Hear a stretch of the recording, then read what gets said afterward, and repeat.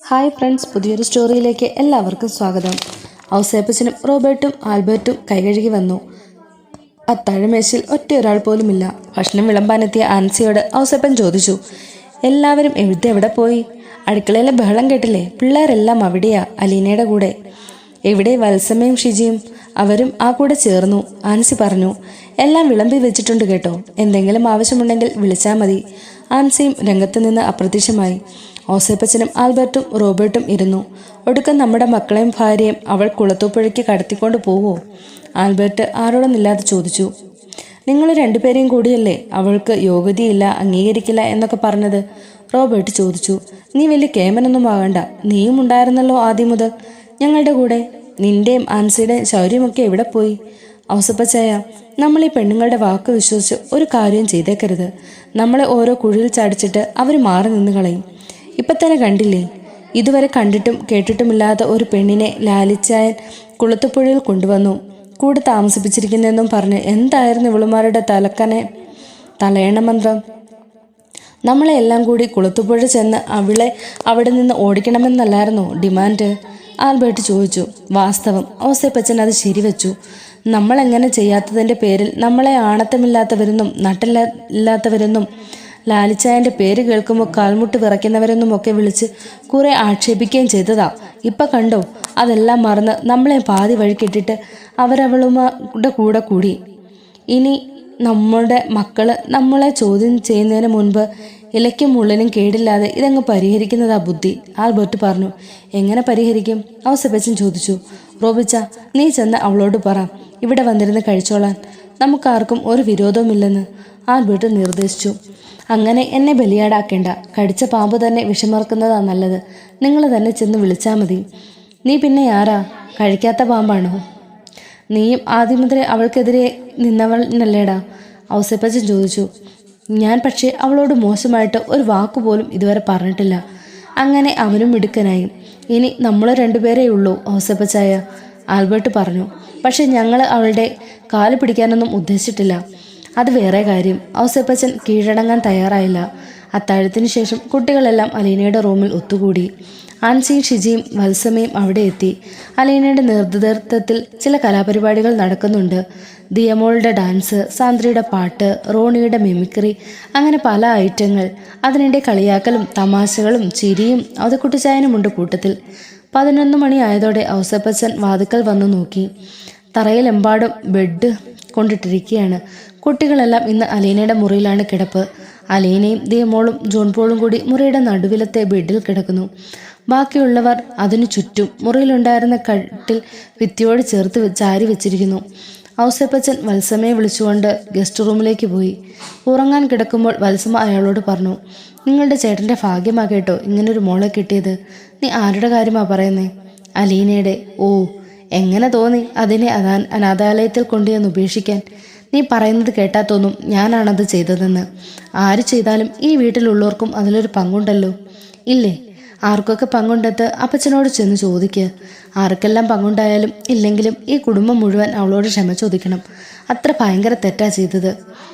നിനക്ക് എന്നു മുതലാ ഈ ബോധോദയം? മുൻപൊന്നുമില്ലല്ലോ നീ പറഞ്ഞുകൊണ്ടിരുന്നത്. അത് തെറ്റായിരുന്നെന്ന് കണ്ടപ്പം തിരുത്തിയില്ലേ? അതുപോലെ തിരുത്തണമെന്നാ പറഞ്ഞത്. ഞാൻ ആദ്യം വിചാരിച്ചത് ചേട്ടൻ്റെ സ്വത്ത് കണ്ട് അതിൽ നിന്ന് വല്ലതും കിട്ടുമോ എന്നറിയാൻ പറ്റിക്കൂടിയതാണെന്നാ. ഇപ്പം മനസ്സിലായി, അവൾക്ക് നമ്മുടേത് ഒന്നും വേണ്ട, അവളുടെ കയ്യിലുള്ളതും കൂടി ഇല്ലാത്തവർക്ക് കൊടുക്കണമെന്നേ ഉള്ളൂ. ഔസേപ്പച്ചൻ മിണ്ടാതെ കിടന്നു. ഒരു ദീർഘശ്വാസം എടുത്തു. വത്സമ തുടർന്നു. നമ്മുടെ സാന്ദ്രമോള് ഇന്നലെ മുഴുവൻ അലീനയോട് മിണ്ടാതെ മുഖം വീർപ്പിച്ച് നടന്നതാ. പേര് ചോദിച്ചിട്ട് പോലും പറഞ്ഞില്ല. അല്ലെങ്കിലും അഹങ്കാരത്തിൻ്റെയും പൊങ്ങച്ചത്തിൻ്റെയും കാര്യത്തിൽ അവളുടെ അപ്പനോട് കിടപിടിക്കാൻ അവളെ ഒറ്റയൊരുത്തിയല്ലേ ഉള്ളൂ നമ്മുടെ 3 മക്കളിൽ. ഔസേപ്പച്ചൻ മുഖം തിരിച്ചു. ഭാര്യയെ രൂക്ഷമായി ഒന്ന് നോക്കി.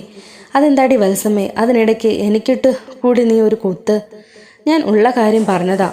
എന്നിട്ടും നമ്മുടെ മോള് ചെന്ന് അലീനയുടെ അടുത്ത് ക്ഷമ പറഞ്ഞു. ഇപ്പം അവർ തമ്മിലാ ഏറ്റവും വലിയ കൂട്ട്. ഇന്ന് ആൻസി എന്നോട് പറയുമായിരുന്നു, അലീന വന്ന ദിവസം അവളോട് മോശമായിട്ട് പെരുമാറിയല്ലോ എന്നോർത്തിട്ട് മനസ്സിലൊരു വല്ലായ്മയെന്ന്. അവളോടും പറ അലീനയുടെ അടുത്ത് ചെന്ന് ക്ഷമ പറയാൻ. അവളല്ല, നിങ്ങൾ ആദ്യം പറയേണ്ടത്. ആൽബി നിങ്ങളും കൂടിയല്ലേ അവളെ ഊണുമേശയിൽ നിന്ന് വിലക്കിയത്. അവൾക്ക് നമ്മുടെ ഒപ്പം വരുന്ന ഭക്ഷണം കഴിക്കാനുള്ള യോഗ്യതയില്ലെന്നും പറഞ്ഞ് ആ പെങ്കൊച്ച് ആയതുകൊണ്ടല്ലേ അതങ്ങ് സമ്മതിച്ചു ഒരുമാതിരി വീട്ടുവേലക്കാരികളെ പോലെ അടുക്കളയിൽ കുത്തിയിരുന്ന് ഭക്ഷണം കഴിച്ചത്. വേറെ ആരെങ്കിലും ആയിരുന്നെങ്കിൽ അപ്പം തന്നെ ചേട്ടനെ വിളിച്ചു വരുത്തി ഇവിടെ എന്തെല്ലാം ബഹളമുണ്ടാക്കിയേനെ. അത് പോട്ടെ, യോഗ്യതയില്ലെന്ന് പറഞ്ഞിട്ടിപ്പം എന്തായി? നമ്മുടെ മക്കളെല്ലാം യോഗ്യതയില്ലാത്തവളുടെ കൂടെ ചേർന്നു. അവള് കുട്ടികളെയെല്ലാം വശത്താക്കിയെടുത്തു. ബാക്കിയുള്ളവരെന്തു പിഴച്ചു? എങ്ങനെ വശത്താക്കി? അവൾക്ക് എന്തൊരു സ്നേഹമാവും സെപ്പച്ചായ അവരോടെല്ലാം. സ്നേഹിക്കാത്തവരെ കുട്ടികൾക്ക് തിരിച്ചറിയാം. അവളോട് ഇഷ്ടക്കേട് കാണിച്ചവരുടെ മക്കളാണെന്നൊരു ചിന്ത പോലും അവൾക്കില്ലല്ലോ. സാന്ദ്രമോളുടെ സ്വഭാവം അറിയാലോ. അനുസരണക്കേട് കാട്ടാനും തർക്കുത്തരം പറയാനും ഇത്രയും മിടുക്കി. ആൽബിയുടെയും റോണിയുടെയും റൂബിച്ചൻ്റെയും റെനിക്കുട്ടൻ്റെയും എന്തൊരു വഴക്കാളികളാ. എന്നിട്ടിപ്പോൾ കണ്ടില്ലേ, അലീനയുടെ അടുത്ത് എല്ലാവരും അനുസരണയുള്ള പൂച്ചക്കുട്ടികളായി. അവൾക്ക് അവളുടെ കാൽച്ചുവട്ടിന്ന് മാറണ്ട. വത്സമ്മ പറയുന്നത് സത്യമാണ്. ഔസേപ്പച്ചനും അറിയാം. അത് സമ്മതിച്ചു കൊടുക്കാനാണ് ഒരു വൈമനസ്യം. നീ കിടന്നുറങ്ങാൻ നോക്കൂ വത്സമ്മേ, മണി 12 ആകുന്നു. ഔസേപ്പച്ചൻ വിഷയം അവസാനിപ്പിക്കാൻ ആഗ്രഹിച്ചു. ഞാനൊരു കാര്യം പറയട്ടെ അച്ചായ, ഇനിയെങ്കിലും ആ പെങ്കൊച്ചിനെ വിളിച്ച് ഡൈനിങ് റൂമിലിരുത്ത്. അല്ലെങ്കിൽ അത് ഭയങ്കര മോശമാകട്ടോ. നമ്മുടെ തന്നെ മക്കള് നേരിട്ട് ചോദിച്ചാൽ നമ്മൾ എന്തു മറുപടി പറയും? ഔസേപ്പച്ചൻ അതിന് ഉത്തരം പറയാതെ മറുവശത്തേക്ക് തിരിഞ്ഞു കിടന്നു. അലീനയുടെ മുറിയിൽ നിന്ന് കുട്ടികളുടെ സംസാരവും ചിരിയും അപ്പോഴും കേൾക്കാമായിരുന്നു. ഔസേപ്പച്ചനും ആൽബർട്ടും റോബർട്ടിനുമുള്ള ബ്രേക്ക്ഫാസ്റ്റ് ഊണുമേശയിലേക്ക് എടുത്തു വെച്ച് കഴിഞ്ഞു. പാലപ്പവും പൊറോട്ട സ്റ്റൂവുമാണ് വിഭവങ്ങൾ. അലീനയും ഷിജിയും കൂടി ചൂടപ്പം ചുട്ടെടുക്കുന്ന മുറയ്ക്ക് കുട്ടികൾ പ്ലേറ്റുകൾ നീട്ടിപ്പിടിച്ച് തിക്കിത്തിരക്കി. ഇത് നിങ്ങൾക്ക് വേണ്ടിയല്ല ഉണ്ടാക്കുന്നത്, പിന്നെന്താ ഇത്ര ധൃതി? എല്ലാം റെഡിയായിട്ട് കഴിക്കാനിരുന്നാൽ പോരെ? ഇന്നലെ രാത്രി ആരാ അത്താഴപ്പട്ടിണി കിടന്നത്? ആൻസി കുട്ടികളെ ശാസിച്ചു. വിശന്നിട്ടൊന്നുമല്ലെന്നേ, ഞങ്ങളൊരു നാടകം കളിക്കുന്നുണ്ട്, റെഫ്യൂജി ക്യാമ്പ്. അതിൻ്റെ റിഹേഴ്സലാ, ജോസുട്ടി പറഞ്ഞു. അങ്ങനെയാണെങ്കിൽ എല്ലാവരും ക്യൂ പാലിക്കണം, അലീന നിർദ്ദേശിച്ചു. കുട്ടികൾ ചിരിച്ചോണ്ട് ക്യൂവായി. സാന്ദ്ര 2 കൈയിലും പ്ലേറ്റുമായി നിൽക്കുന്നത് കണ്ട് ആൻസി ചോദിച്ചു, നീ എന്താ 2 പ്ലേറ്റിലും തിന്നുന്നുണ്ടോ? ഒന്ന് അലീന ചേച്ചിക്കാ. അവധക്കുട്ടിച്ചായൻ ക്യൂവിൻ്റെ പിന്നറ്റത്ത് ചേർന്നു. എല്ലാവരുടെയും പ്ലേറ്റിൽ ആവശ്യത്തിന് ഭക്ഷണം കിട്ടിയതിന് ശേഷമേ അവർ കഴിക്കാനിരുന്നുള്ളൂ. അലീനയുടെ സ്ഥാനം അറിയാവുന്നതിനാൽ കുട്ടികൾ അടുക്കളയിൽ വട്ടമിട്ടിരുന്നു. അവൾ കൈ കഴുകി വരുന്നതേയുള്ളൂ. അലീന വന്നിരുന്നതോടെ കുട്ടികൾ കഴിക്കാൻ ആരംഭിച്ചു. അപ്പോഴാണ് ഔസേപ്പച്ചൻ അങ്ങോട്ട് വന്നത്. ഞാനൊരു പതിവില്ലാത്തതുകൊണ്ട് കുട്ടികൾ സംശയത്തോടെ അയാളെ നോക്കി. അലീനയുടെ സമീപത്ത് വന്നിട്ട് ഔസേപ്പച്ചൻ അവളോട് ഗൗരവത്തിൽ ചോദിച്ചു, നീയാണോ ഈ പിള്ളേരെ കൂടെ ഇവിടെ പിടിച്ചിരുത്തിയത്? അലീന എന്തെങ്കിലും പറയുന്നതിന് മുമ്പേ റോണി ഇടയ്ക്ക് കയറി, ഞങ്ങളെ ആരും പിടിച്ചിരുത്തിയതല്ല, ഞങ്ങൾ തന്നെത്താൻ പിടിച്ചിരുന്നതാ. നിനക്കൊക്കെ ഊണുമേശയിൽ വന്നിരുന്ന് കഴിച്ചാൽ എന്താടാ? അലീന ചേച്ചിക്ക് പ്രവേശനമില്ലാത്ത ഊണുമേശ ഞങ്ങളും ബഹിഷ്കരിച്ചു. സാന്ദ്രയാണ് പറഞ്ഞത്. ഇവിടെ വർണ്ണവിവേചന പാടില്ല, ശോഭിക്കുട്ടൻ കൂട്ടിച്ചേർത്തു. പിരിച്ചുവിട്ടവരെ തിരിച്ചെടുക്കുക, അത് മിലന്റെ വകയായിരുന്നു. ഓഹോ, ഇതൊരു തൊഴിൽ പ്രശ്നമാണല്ലോ. ആരെയാണ് പിരിച്ചുവിട്ടത്? ഔസേപ്പച്ചൻ ചെറുചിരിയോടെ ചോദിച്ചു. അലീന ചേച്ചിയെ ഡൈനിങ് റൂമിൽ നിന്ന് പിരിച്ചുവിട്ടില്ലേ? തിരുവിഗ്ഗ പ്രവേശനം അനുവദിക്കാതെ ഞങ്ങൾ ആരും ഡൈനിങ് തറവാടിൻ്റെ പടി ചവിട്ടില്ല, ജോസൂട്ടി പ്രഖ്യാപിച്ചു. ഒരു കാര്യം ചെയ്, ഔസേപ്പച്ചൻ പറഞ്ഞു. അലീന എഴുന്നേറ്റ് ഡൈനിങ് റൂമിൽ വന്നിരുന്ന് കഴിക്ക്, പ്രശ്നം തീരട്ടെ. അങ്ങനെയൊന്നും പോകരുത് അലീന ചേച്ചി, ഞങ്ങളാരും സമ്മർദ്ദത്തിന് വഴങ്ങാൻ തയ്യാറല്ല, ജോസൂട്ടി പറഞ്ഞു.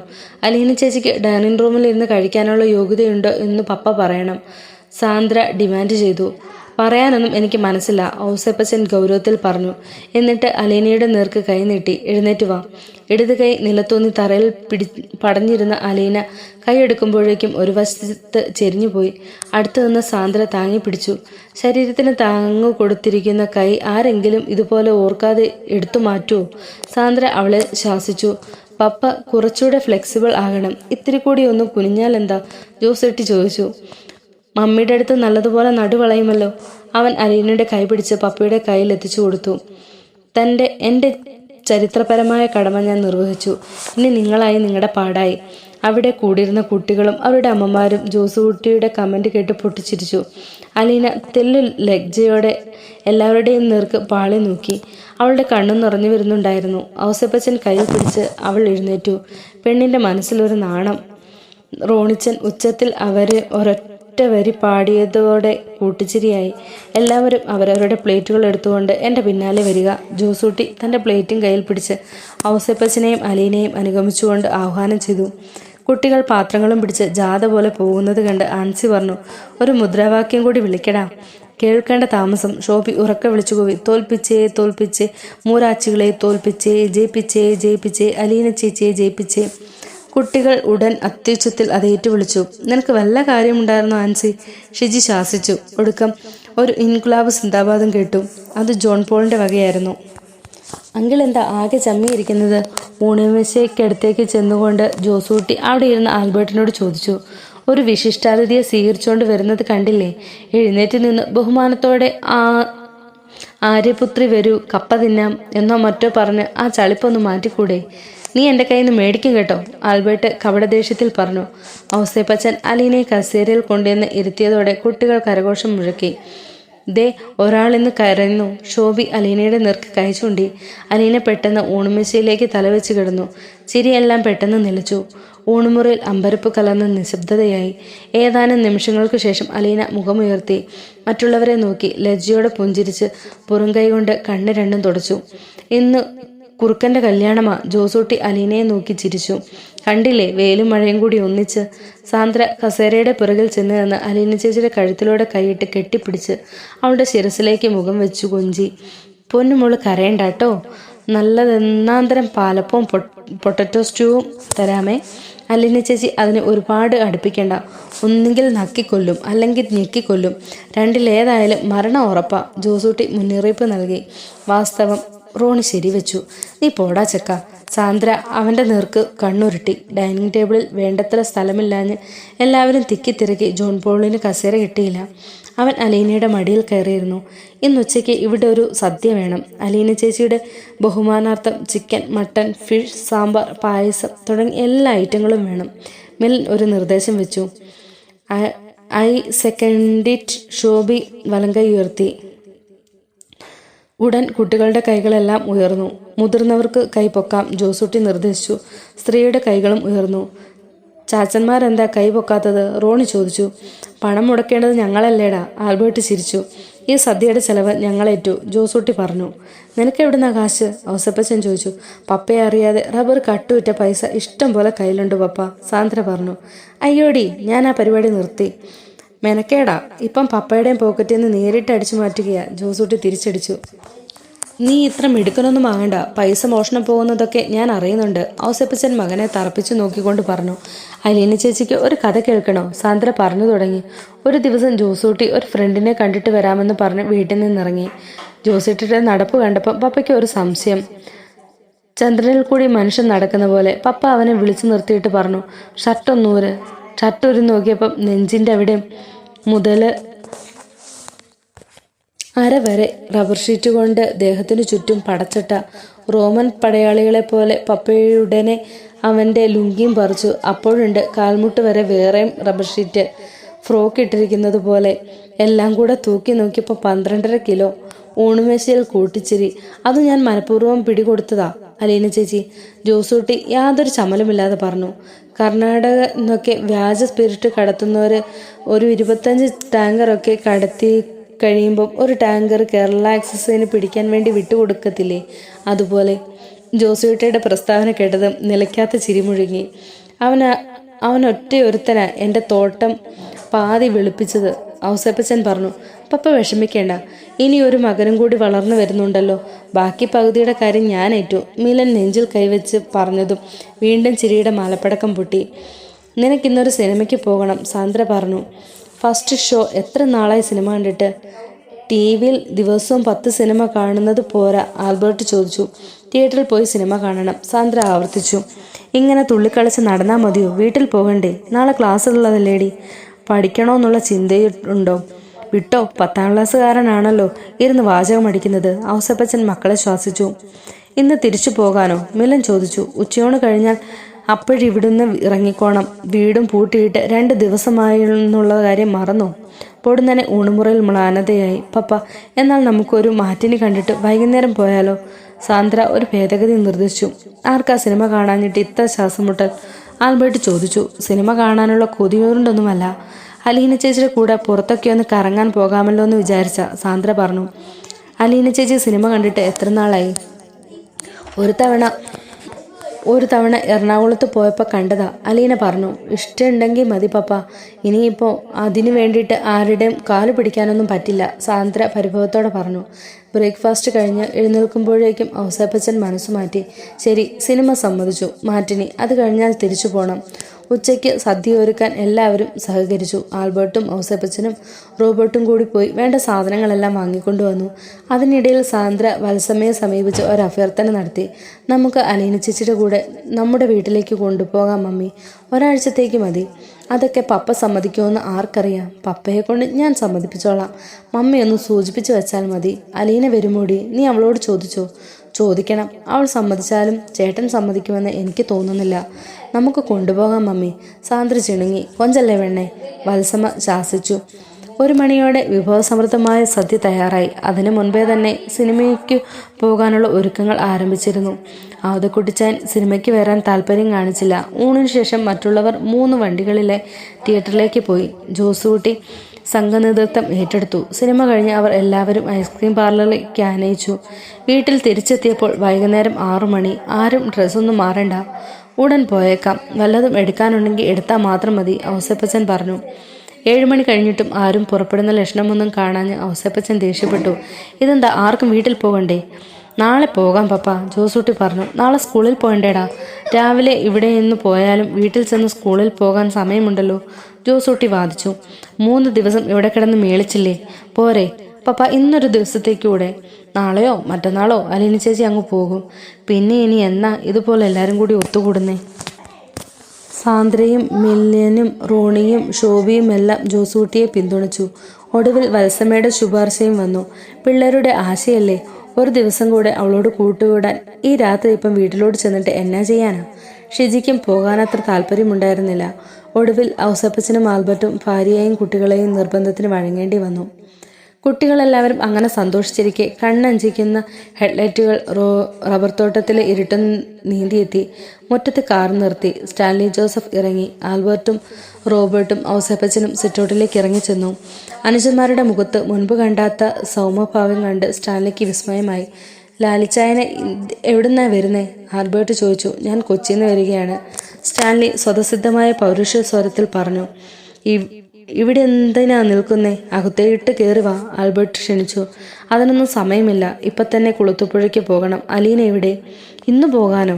അവളെ വിളിക്ക്. സ്റ്റാൻലിക്ക് വിട്ടുവീഴ്ചയില്ലെന്ന് അറിയാവുന്നതുകൊണ്ട് ആൽബർട്ട് ചെന്ന് അലീനയെ വിളിച്ചു. അവൾ ബാത്റൂമിൽ ദിയമോളെയും ജോൺ പോളിനെയും മേൽ കഴിക്കുകയായിരുന്നു. നിന്റെ പപ്പ വന്നിട്ടുണ്ട്, ആൽബർട്ട് പറഞ്ഞു. അയ്യോ, ഇന്ന് വരുമെന്ന് പറഞ്ഞില്ലല്ലോ. അലീന സാന്ദ്രയെ വിളിച്ച് കുട്ടികളെ തലതോർത്തുവാൻ ഏൽപ്പിച്ച് വേഗം സിറ്റൗട്ടിലേക്ക് ചെന്നു. പപ്പയൊന്ന് വിളിച്ചു പോലുമില്ലല്ലോ. അലീന അടുത്ത് ചെന്ന് പരിഭവം പറഞ്ഞു. സമയം കിട്ടിയില്ല. അയാൾ മകളുടെ മുഖത്തേക്ക് നോക്കി. അവൾ സന്തോഷവതിയാണ്. അയാൾക്ക് മനസ്സിലായി. പപ്പ കയറിയിരിക്കാത്തതെന്താ? നമുക്കിപ്പോൾ തന്നെ പോകണം, വേഗം റെഡി ആയിക്കൊള്ളൂ. ഈ രാത്രിയിലോ? അലീന അമ്പരന്നു. രാത്രിയായാലെന്താ, പകലായാലെന്താ? ഇവിടുന്ന് 1.5 മണിക്കൂർ യാത്രയല്ലേ ഉള്ളൂ. പപ്പ, നാളെ രാവിലെ. പറയുന്നത് കേൾക്കലീന.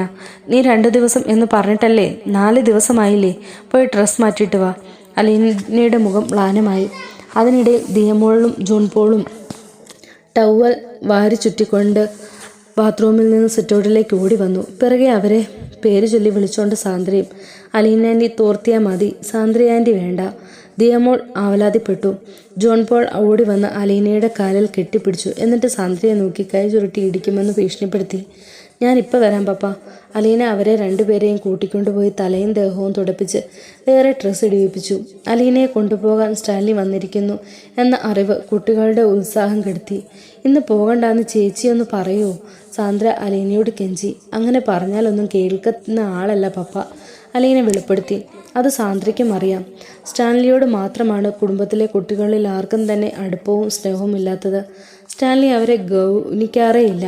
അലീന പോകാനൊരുങ്ങി. ജോസൂട്ടിയും സാന്ദ്രയും റോണിയും മിലനും അടക്കം എല്ലാവരും വിഷാദമഗ്നരായി നിന്നു. ഇനി എന്തിനാ ഇവിടെ നിൽക്കുന്നേ?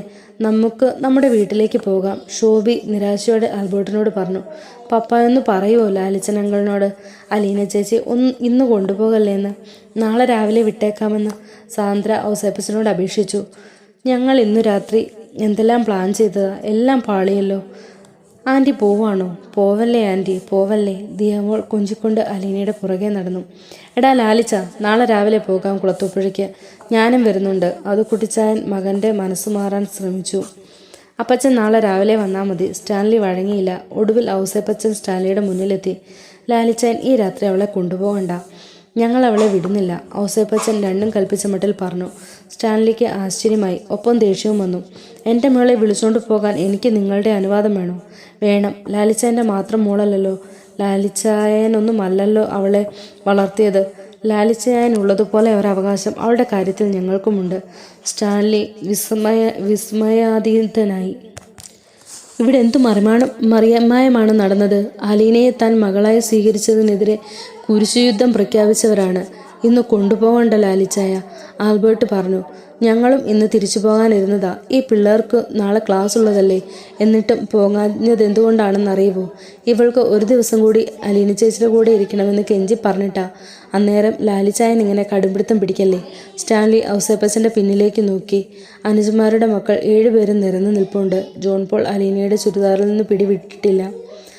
ഒരന്ത്യവിധി എന്നോണം കാതോർത്ത് നിശബ്ദനായി നിൽക്കുകയാണ് എല്ലാവരും. സ്റ്റാൻലിയുടെ കണ്ണുകൾ ഒടുവിൽ അലീനയുടെ മുഖത്ത് വന്നു തങ്ങി. അവളുടെ ആക്ഷേപനിർഭരിതമായ നോട്ടത്തിന് മുന്നിൽ അയാൾ കീഴടങ്ങി. ഓക്കെ, അത്രയേ സ്റ്റാൻലി പറഞ്ഞുള്ളൂ. മറുപടി കുട്ടികളിൽ നിന്ന ഭാഗത്തു നിന്ന് ഒരു ആർപ്പുവിളിയായിരുന്നു. അവർ തുള്ളിച്ചാടി അലീനയെ പിടിച്ചു വലിച്ച് അകത്തേക്ക് കൊണ്ടുപോയി. സ്റ്റാൻലി ഒരു സോഫയിലേക്ക് ഇരുന്നു.